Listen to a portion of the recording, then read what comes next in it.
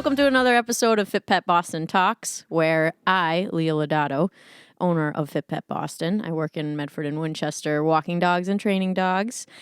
I sit down and interview local dog handling professionals, and we talk about our lives, our dogs, and our careers. And today, I have the pleasure of sitting with Lori Lodato once again to talk about competition obedience and her experience with that topic. But first, I want to talk about the title track that you heard on today's podcast. It's an original tune by Eric Salt. Eric Salt is a really awesome guy. He's a wonderful musician. The track is called Tree Line, and it's off of his 2018 album, In Leisure Car. So at the end of this episode, I'm going to go ahead and play the entire track. So I hope you stick around and listen to that song. He's a really talented guy, and he plays out locally a lot in the Boston area and also out in Metro West as well. So if you like what you are hearing, please check him out on Facebook, Eric Salt Music. Bandcamp is a great spot to hear his music as well. And if you don't listen to Bandcamp, please start doing that because it's awesome. No, Laurie's looking at me like she wants to leave. And I'm like, no, you can't leave. What do you want to do? I'm a busy person. You're a busy person. Okay. I think you want to clean something? No. Okay, right. I'm done talking. All right. Okay, so today I do want to talk about dog stuff.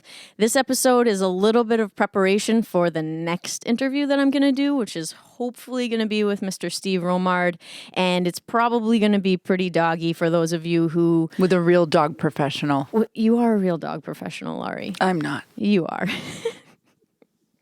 Hey, Buddha. Oh, Buddha came over. But we're going to sit down with Steve and talk about his experience with competition obedience and working as a decoy and as a dog trainer. But in order to warm you guys up a little bit to the concept of competing with your dog, I wanted to talk to Laurie because she has experience competing with her dog. And she's looking at me right now and shaking her head because we know so many people who are... competition pros. They do it all the time, and it's something that they just spend a lot of time doing, and neither of us do that anymore. And Laurie did. I would like to. We would like to, absolutely. Obviously, time constrictions, and, we have to make But where a living. there's a will, there's a way. Where there's a will, there's a way. But I'm going to work on that. Yeah, Laurie did quite a bit of competition training with her dog, Ripa, and we have been doing training with Buddha as well. And I don't really want to talk about the nuts and bolts of what competition is. If you're listening and you're not a dog person, basically... competing with your dog is a way of being evaluated, and it's something to work towards. So just like anybody that's involved in any sort of discipline, when you put pressure on yourself and you know that you're going to be evaluated or going to have to compete against other people, you start training with a little bit more intent, and you start thinking about the things that you have to do in order to do well in that competition. And as a result, it affects your training and the way that you approach your training, whether it be a sport that you're trying to do or a dog sport that you're trying to do. I know for myself personally, I did many years of cyclocross racing, and you better be sure that race day really affected the way that I was spending the weeks leading up to it in training. And the reason why I wanted to talk about this topic specifically with Laurie today is because, Laurie, you approach dog training, whether or not you're training a 100% pet dog and the owners have really low expectations, or whether or not you're training your own dog to receive a title of any type, you have that intensity that comes with somebody that has an intent behind what they're doing. You don't accept mediocrity, and you don't expect that from our clients and from the dogs that we handle. And I just would love for you to just talk a little bit about your journey and how you started training dogs and how competing did affect the way that you went about training your dog on a daily basis. Because I think that, it's rare to find somebody that has such high expectations for themselves and for their dogs and for their clients as well. So I was just wondering if you could kind of talk a little bit about your experiences and, shed some light on the whole realm of competition obedience before we do the interview with Steve, just to kind of warm everybody up. All right. I met Steve through the woman I started training dogs with. I was lucky enough to meet him and a large group of people who were excellent in dog sport.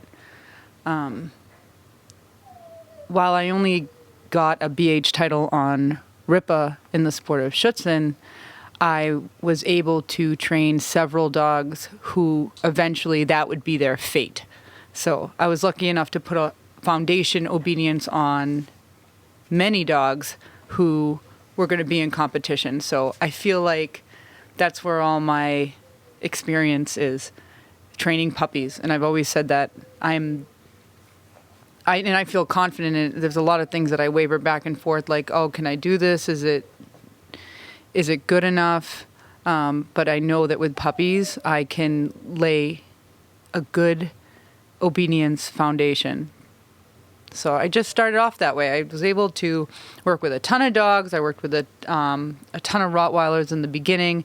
Then I started working with more Shepherds, and I was surrounded by Malinois and Dutch Shepherds, and like I said, some pretty amazing people who accomplished great things with their dogs. So I was just lucky. It's like I was thrown into this amazing group of people. I don't think everyone gets that opportunity. It just like struck gold, I feel like, with all these people.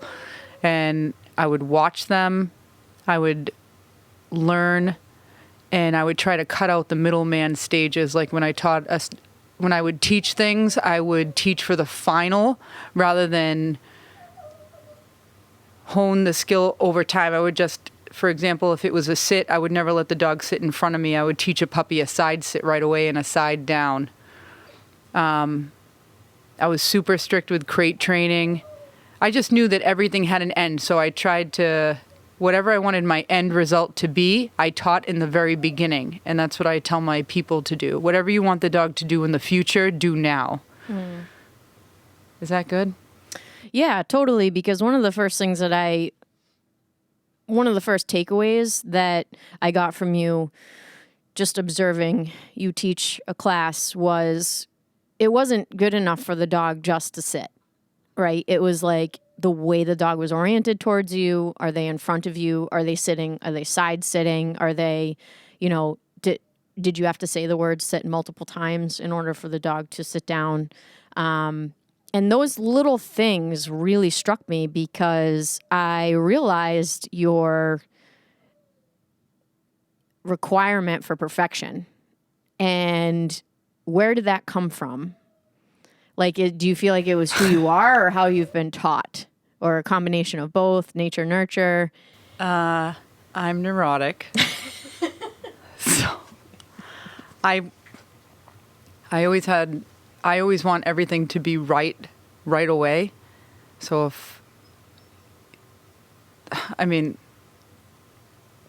want everything to be as right as it can immediately, because then I feel like it's a half-assed job. So if I work on something for a long time and I don't get the result, I know that it's the journey, but I don't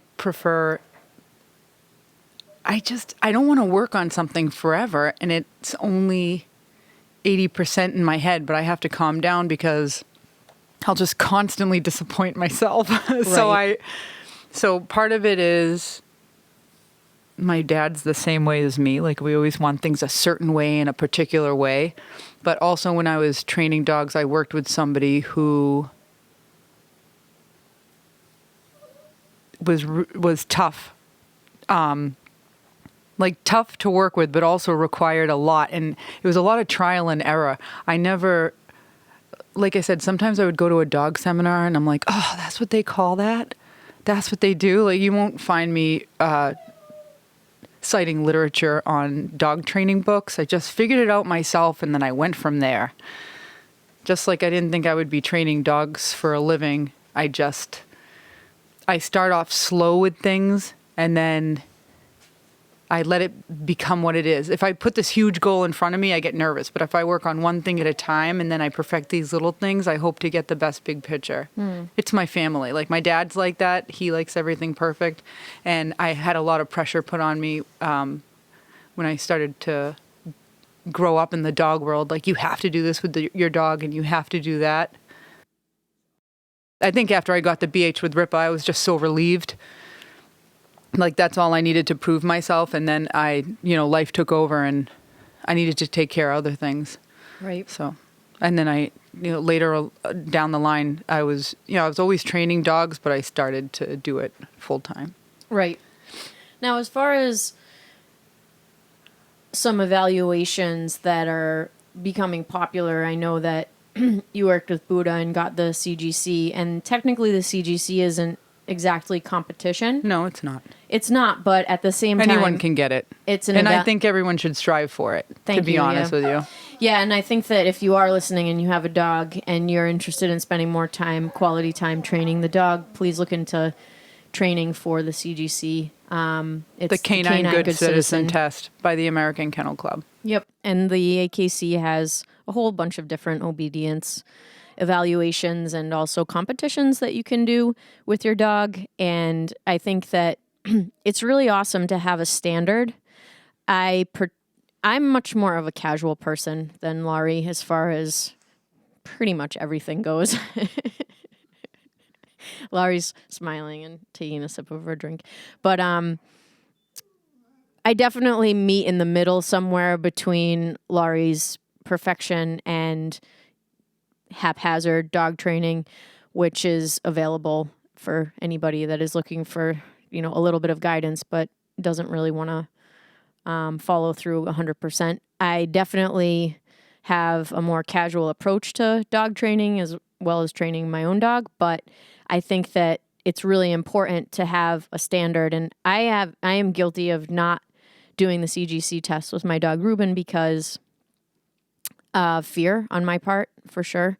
And also can be a little bit uncomfortable in that situation, and I would love to work with him more to just work on desensitizing him so that when he goes into the room, he's not freaking out. But can you just describe what the CGC test is like and what your experience was like with Buddha? Because I feel like it's an introduction to competition because you're being evaluated, and even though you're not competing against anybody else, you're getting that score. And for a lot of people, that's like really intimidating, and it's something that can either, completely discourage them for going after it, or for some people, it can be like a driving force because they're super motivated by that, test that they, have to take. So, just your experience, any tips and where to do it if people don't know what the protocols are and where they can do the test. I know you're an evaluator. You haven't done an evaluation in a while. No, I took part in tests and, I took part in tests and evaluated the people, but I wasn't the main one signing the paper. Right. I got it because it was like one more thing besides being a certified pet dog trainer and then a certified professional dog trainer by the APDT, the Association of Professional Dog Trainers. And then I was like, I'm going to do the Canine Good Citizen evaluator test, and I did that because, me, I like to tick things off the list. Right. So I was like, I'll do this, this, and this. My first Canine Good Citizen I did with Bella, my lab. She made a fool out of me. It was amazing. No, actually, the first one, she did amazingly well. I did the test the first time. She failed one item, and this was back in the day when you weren't allowed to repeat one item. Her nose crossed in front of my leg. That was it. And she failed me. The evaluator failed you. Yeah, the woman who taught me how to train dogs failed me. Yeah. And it was literally, and that's actually allowed now. The dog can't go nose to nose, but they can show interest, but they can't be like, hey, let's go for a drink. Right. So technically, I should have passed that. But the second time, we ended up going into the room where we would do all bite work. And she was so jazzed when we got into the room that she just didn't even pay attention to me. And I still went through every exercise in the test knowing that I was making an ass out of myself. Anyway, I got Ripa, my Rottweiler, and she was perfect. Perfect. It was flawless. I walked out of there. I strutted out. It was so good. Buddha. So when I walk in the room, there's a girl. Oh, hey, buddy. He just walked over. When I walked in the room, there's a young girl there. She's a trainer. I don't know her history, but she was She was very official, so it kind of made me laugh a little bit just because I feel so tired most days now. So she's super official, and she has a Malinois with her. And come to find out, the dog was older, probably about 6 years old. And I walk in with Buddha, who's the minimum age, because you know me. Gotta get there. Gotta get there, gotta get it done. Early bird. So I have Mr. Buddha, and he's still like quite dopey. He's a great guy. He's friendly. And we walk in, and I wanted him obviously to be sharper than what he was. He starts, it's like, I feel like he's allergic to something in the room. He starts coughing and wheezing. So we have to stop for a minute so he can gather himself. But he did really well.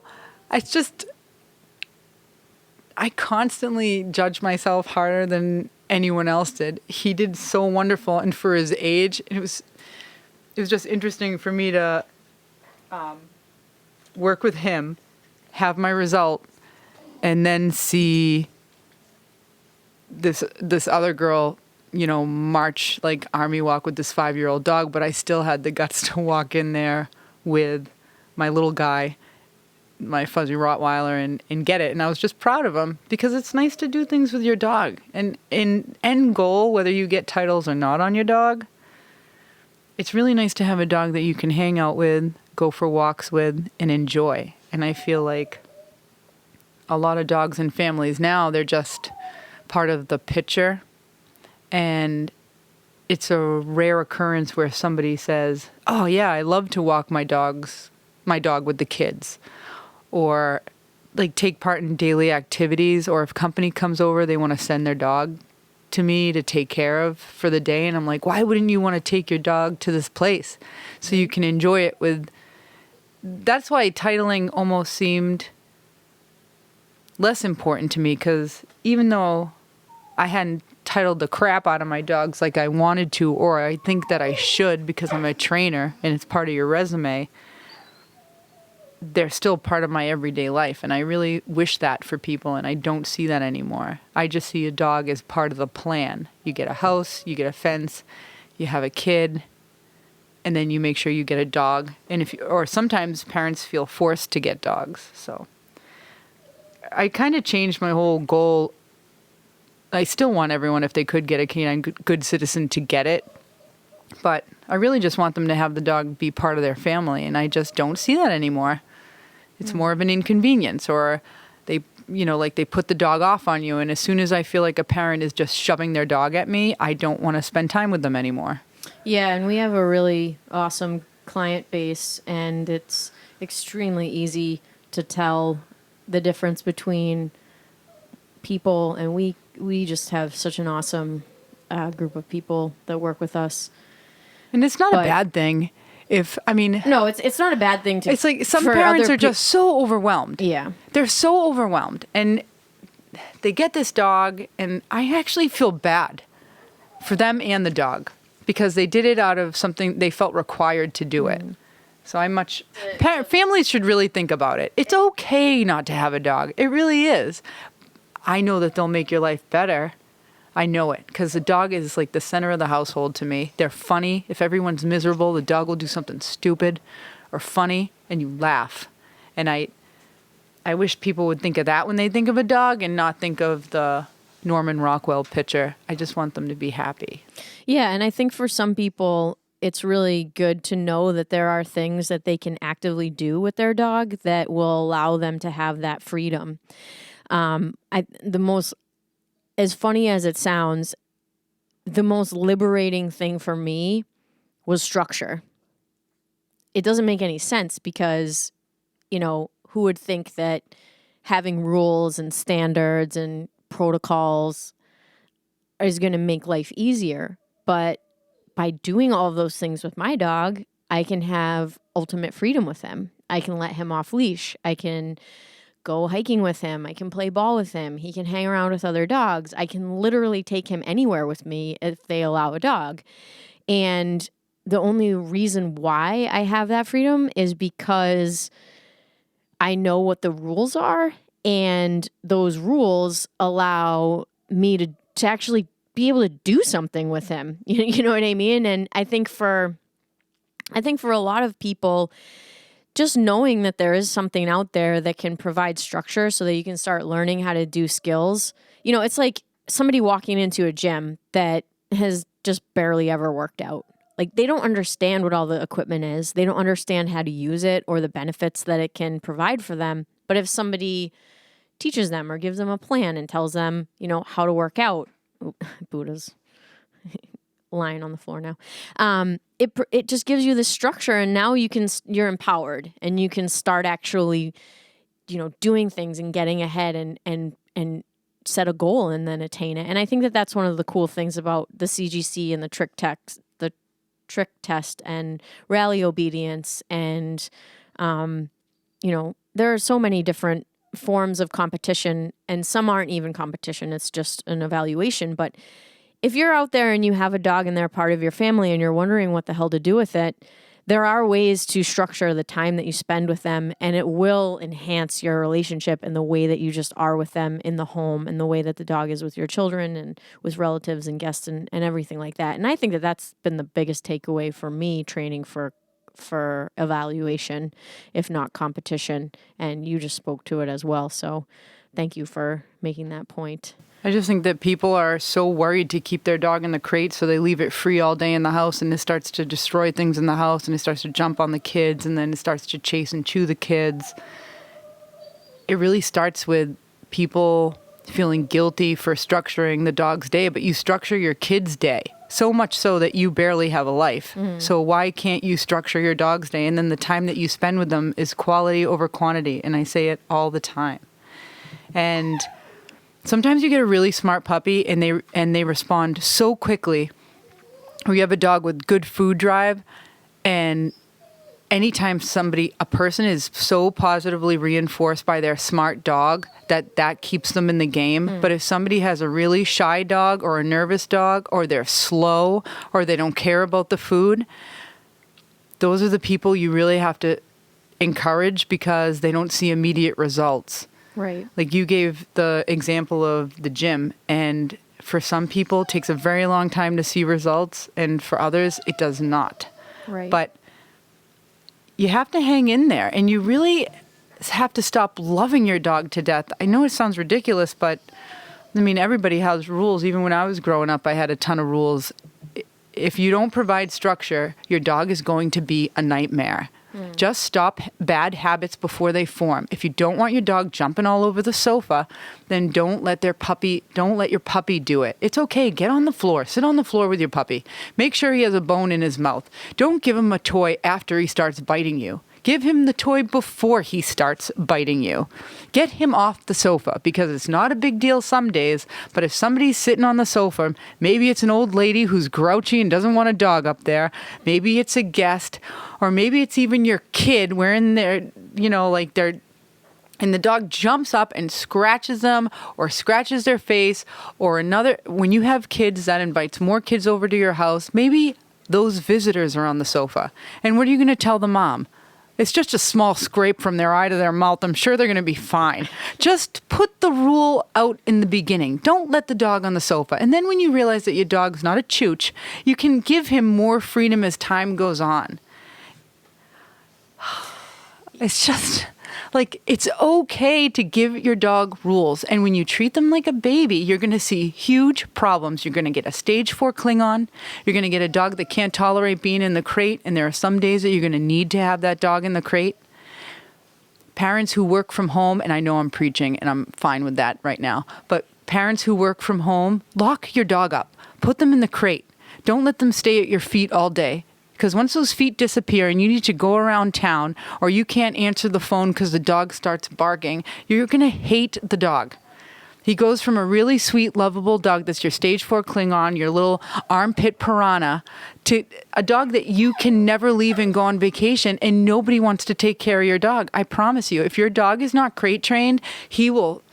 Maybe some people will tell you and be honest and say your dog had a miserable time. You need to get somebody who comes to your house. And even then the dog might be miserable because they're so used to being underneath your feet or your armpit.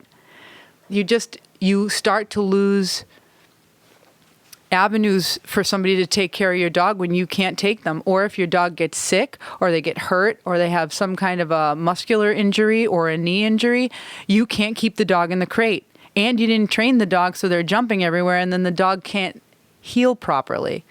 So I always tell people, like, I'll always do the strict obedience part with them, and I'll still aim for over 100. Screw that. I'm not going to cut down how I feel about things. Like, I want it to be perfect, because if I do 110% with you, maybe you'll get 80 to 90, and that'll be okay for a pet owner. And then when it comes to a woods walk, which is more chill and you get to enjoy your dog and you ask very little of them. You look for a dog on a woods walk. I look for a dog to come back to me when I call their name, to walk by my side. I'll always praise them for that. But I really just let the dog explore. I don't even let them do that on a leash walk. And then if they really just want to hang out with their dog, I send them to Leah, because she's more relaxed than I am and she has more successful dog walks, because for me, losing a dog in the woods is bad business. I tend not to drop the line as much. But if you just hammer through the puppy phase, or you hammer through the phase where you just adopt a dog, and you make it so that you're the dog's whole world, and you do nitpicky stuff like side sits and side downs, because to be honest with you, when you request those behaviors, the dog is less likely to jump on you from the side than the front. Every time you ask a puppy to sit in the front, that's easy because you loom over them. People do the whole hand thing with the nose, the treat, but the dog will start to look up. And if the person is so slow to feed, the dog tends to hop up and jump up. So if you ask for the sit on the side right away, the dog doesn't tend to jump up as fast as when they're looking at your face. It's okay to require more from a dog. It's like people give their dog too little credit and then too much credit. And too much freedom. I think they give their dog too little credit and too much freedom, or because they succeed in one way, that means that the dog can have free run of the house. You know, if I based Ruben's obedience training, if Ruben's obedience training equaled freedom, I would have him loose in the house all the time. You know what I mean? When he was a puppy, he could come, sit, stay, lie down, no, off, heel, recall, all that stuff. And I still wouldn't trust him for 2 seconds outside of the crate if I wasn't watching him, because he chews things.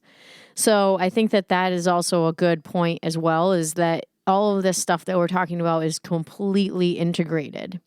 And I think that it's difficult to talk to somebody who has just acquired a dog and maybe hasn't had a dog, or their old dog never did anything wrong ever. Or their old dog was just an old faithful, or it's been 12 years since they had a puppy. And breeding's changed, and dog temperaments have changed. Yes, agreed. And that's a whole other conversation. But what I was going to say is, I come at my training, whether or not I'm training a dog that I'm walking or doing a class with, or my own dog, to the standards of the CGC test. And the standards, if I want to have fun, to the trick tests. When I'm playing tug, I think about bite work. I think about Schutzen and IPO, even though I've never done it before. In my mind, I have a standard. I have, if I'm teaching a dog to out, what I'm looking for. And obviously that comes from you, because you taught me a lot of things. And it comes from my personality, because I enjoy evaluation and competition and being able to strive towards something.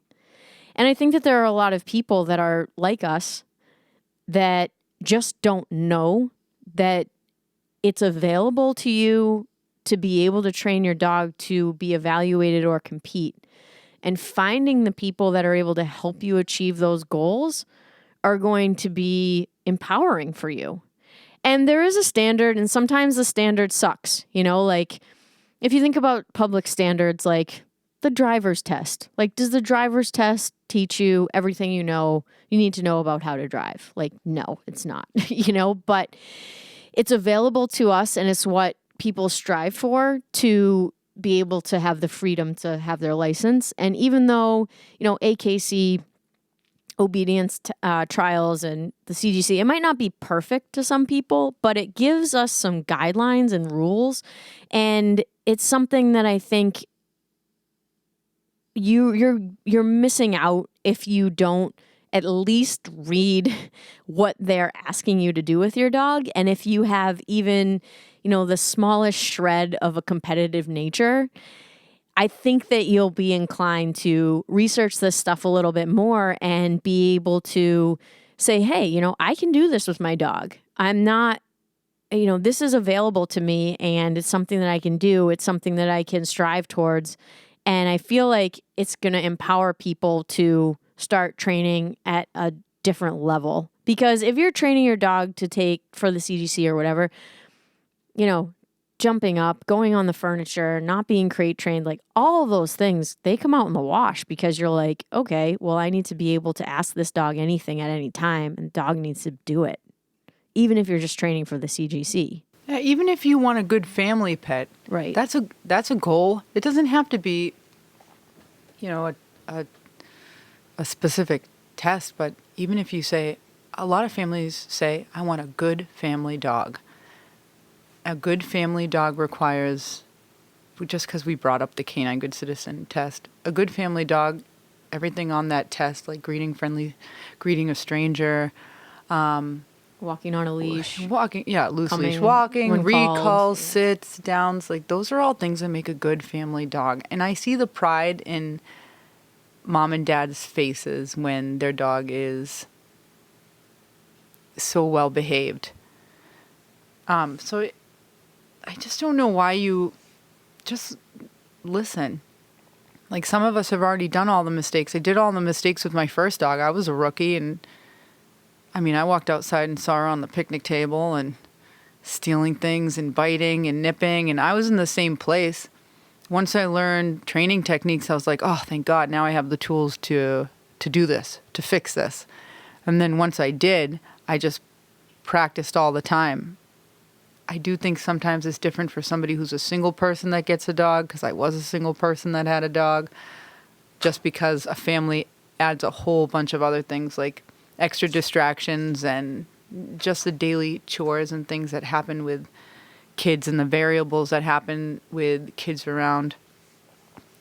But I don't know, I was there too. Like I had a pet dog and I didn't know how to train her, and then I made sure that everything that I did wrong, I didn't do wrong with Ripa, because I wanted to have a good relationship with her. And then I had my other guy, Seamus, my pit bull.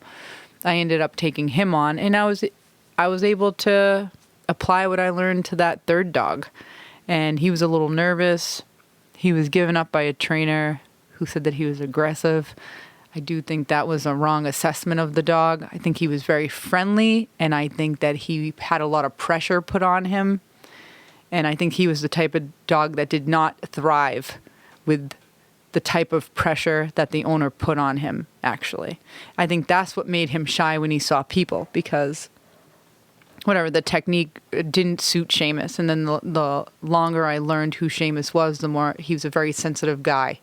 And so there I was every night outside of the hockey rink, near a middle school I lived nearby, and I would stay far away and I would just feed Seamus for looking at me. That was it. I would just feed him for looking at me and not being distracted by all the people and the kids going by. And I let him walk up to people knowing that he would in no way hurt anyone. I just made everything very casual for him. But we worked on it every night until I felt safe enough that I could, that the assessment was wrong, that this dog was sweet and kind, just very soft and couldn't take a lot of punishment. And you learn who your dog is, you learn what they can take, and then you go from there. It was just with each dog I owned personally, I had a different relationship with because they lived with me. The other dogs that I spent all that time training, I just had short sessions throughout the day with them all the time. It was very methodical. It wasn't a dog that lived with you that you end up having more feelings for just because they're your dog. And I think the dog matches your personality. I think each one of my dogs was a piece of my personality. And I think that even now, with the two dogs in my life, Reuben and Buddha, I'm grateful that Buddha is a laid-back dog because I'm a nightmare and he brings me down. And I think that Reuben is sometimes like me, a little reactive. And that's fine, except I hold it in and he barks. I hate barking. And Ruben barks a lot, so it's one of those things where we have to be tested on a regular basis. All right. Everybody, thank you so much for tuning into this episode. It's been really fun to sit down and talk. Sorry you have to listen to me again. Yeah, please. I'm a filler. A filler for the good stuff. No, you're not a filler for the good stuff. I needed this, Laurie. We needed to hear this for sure. Because, I think that this podcast has been amazing and got an amazing response from people that are listening if you have a dog or you don't have a dog. But I think it's really important for our stories to be shared and also for people that might not know a ton about dogs to just learn a little bit more about it because they are a huge part of our lives, regardless of whether or not you have one or not. At some point in your life, if you do not have a dog, you will. I promise you that, unless you make a concerted effort not to. So once again, please tune in next episode. Fingers crossed. Really hoping that Steve Romard pulls through for us and we make it happen. November 3rd is the date that we're going to be hopefully recording with him.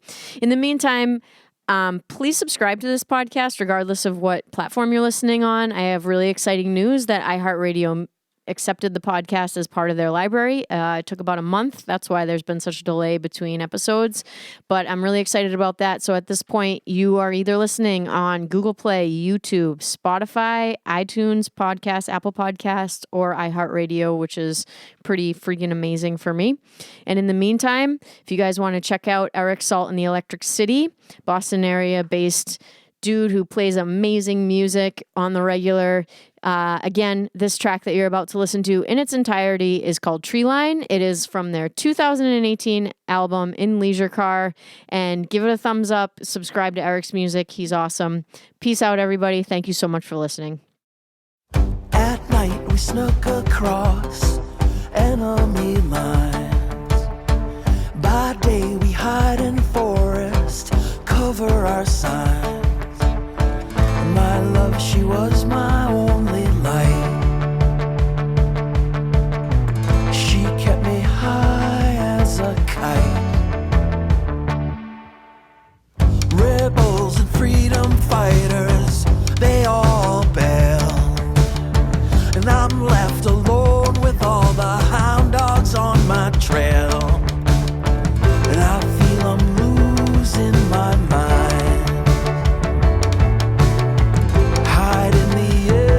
Of the pine, and I can't go back.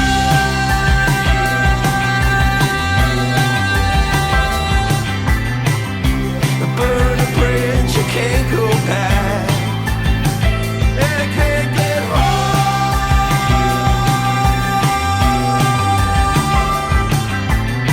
I'm in the tree line and I can't go home. I'm all alone.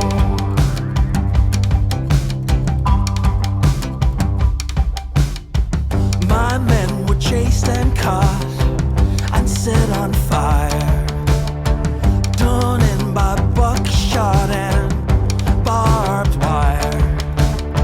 And I feel I'm losing this fight.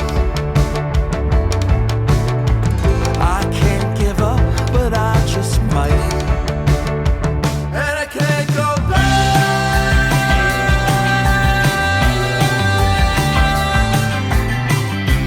Burn a bridge, you can't go back. And I can't get home.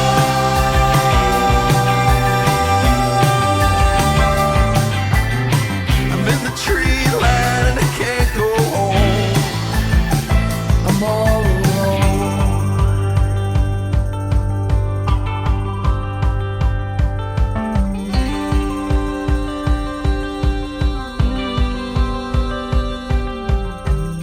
Burn the bridge, you can't go back.